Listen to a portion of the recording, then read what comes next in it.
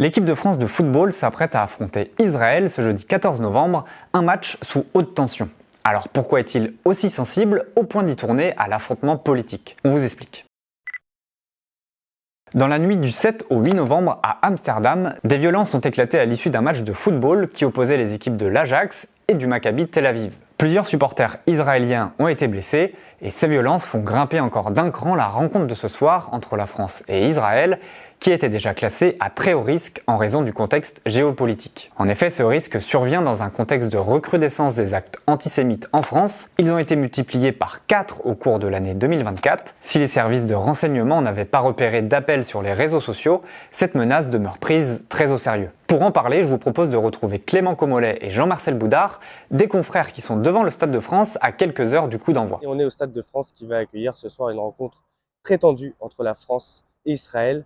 L'équipe de France de football qui n'a plus joué au Stade de France depuis près d'1 an et demi et qui retrouve ce soir donc son enceinte dans un contexte très tendu et avec un dispositif de sécurité énorme, Jean-Marcel.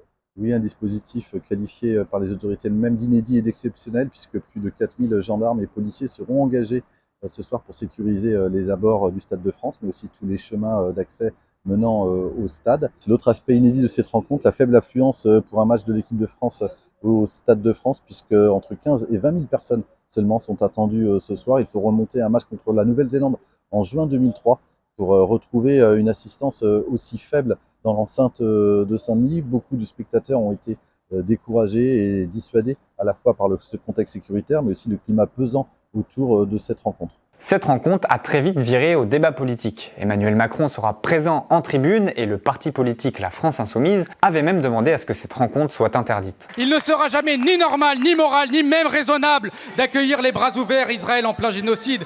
Qu'allez-vous faire dans ce stade? Et pourquoi n'interdisez-vous pas ce match? Les joueurs concernés principalement par le côté sportif ont également été interrogés sur ce climat qui entoure ce match. Si je viens d'arriver, on a forcément conscience de ce qui se passe autour. On va essayer de faire comme si c'est un match normal, mais dans le fond, ça ne l'est pas vraiment.